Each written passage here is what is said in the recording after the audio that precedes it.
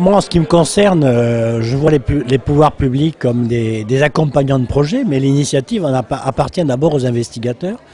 Je souhaite donner une dimension recherche, surtout à ce domaine, en particulier dans l'évaluation des interventions sur le parcours de soins. Nous avons besoin de savoir ce que ça apporte, ce que ça coûte, quels sont les réels bénéfices.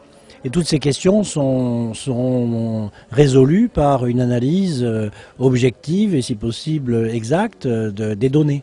Donc ce sujet revient en fait à créer des bases de données de vie réelle qui peuvent intéresser non seulement les pouvoirs publics mais également les acteurs de soins, bien entendu, les associations de patients et les partenaires industriels.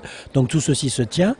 Voilà, mais je n'attends pas forcément des pouvoirs publics la totalité des moyens. Je pense qu'on a surtout besoin d'initiatives dans un domaine très neuf, et plus il y en a, mieux c'est, plus elles sont diverses, mieux c'est. Il n'y a sûrement pas de loi d'airain dans ce domaine, et nous compterons nos résultats peut-être dans plusieurs années, peut-être 3, 4 ans, 5 ans éventuellement. Alors c'est une question absolument essentielle à ces problèmes de parcours de soins multiples, puisque le vieillissement de la population, l'apparition de patients comorbides, est en partie générée par les traitements que l'on administre d'ailleurs, fait que ces malades vont présenter plusieurs maladies chroniques à la fois. Donc à partir de là, on peut réfléchir à des transversalités et peut-être même à des plateformes transversales au niveau des établissements de soins, pour si peu qu'ils aient une taille adéquate, bien évidemment.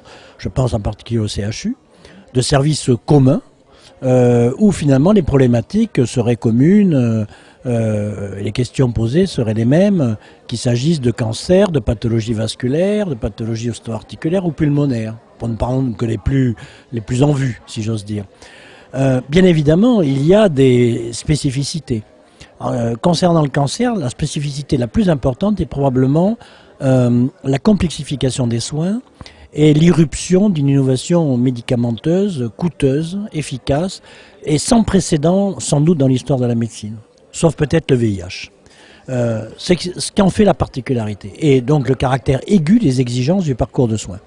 Mais concernant d'autres sujets tout aussi importants, comme le transfert de compétences, comme la coordination hôpital-ville, comme l'introduction des nouvelles technologies que l'on n'a pas du tout abordées ce matin, et tout ce qui est réglementaire avec, sont probablement des questions communes. Nous en avons eu l'exemple à Toulouse, par exemple, sur les échanges avec les néphrologues sur l'insuffisance rénale chronique.